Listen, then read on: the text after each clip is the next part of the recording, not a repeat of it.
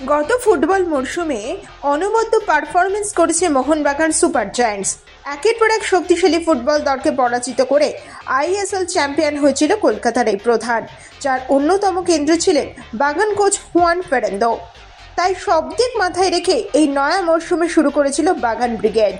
প্রথম দিকে ময়দানের আরেক প্রধান তথা ইস্টবেঙ্গল দলকে পরাজিত করে ডুরান্ড চ্যাম্পিয়ন হয়েছিল দল।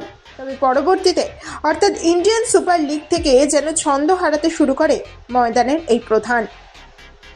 সেই সাথে এএফসি কাপ।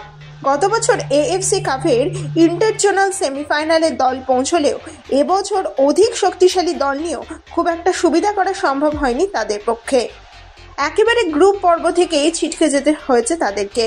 একটা সময় তাদের গ্রুপের সকলের রাতের ঘুম উড়িয়ে দিলেও পরবর্তীতে কিনা সকলের আগেই ছিটকে যেতে হয় সবুজ মেরুনকে, সেটাও আবার অধিক শক্তিশালী ফুটবল দল নিয়ে, যা কিছুতেই মেনে নিতে পারেননি বাগান সমর্থকরা।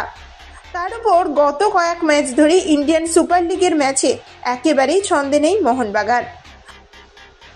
ওড়িশা ম্যাচে আরমান্দো সাদিকুরের গোলে কোনো রকমে মান বাঁচলেও পরবর্তীকালে মুম্বাই সিটি এফসি থেকে শুরু করে এফসি গোয়ার মতো দলের বিপক্ষে একেবারে নাস্তানাবুদ হয়ে যেতে হয় বাগানদেরকে। শেষ ম্যাচে এফসি গোয়ার বিপক্ষে ঘরের মাঠে 1-4 গোলে পরাজিত হতে হয়েছে মেরিনার্সদেরকে, যা দেখে একেবারে ধৈর্যের বাঁধ ভেঙে গিয়েছে বাগান সমর্থকদের। ম্যাচ শেষে গ্যালারি থেকে অনেকেই স্লোগান তুলেছিলেন গো ব্যাক ফেরেন্দো, যা সহজেই নজর কেড়েছিল সকলের। তাহলে কি এবার বিদায় নিচ্ছেন ফেরেন্দো?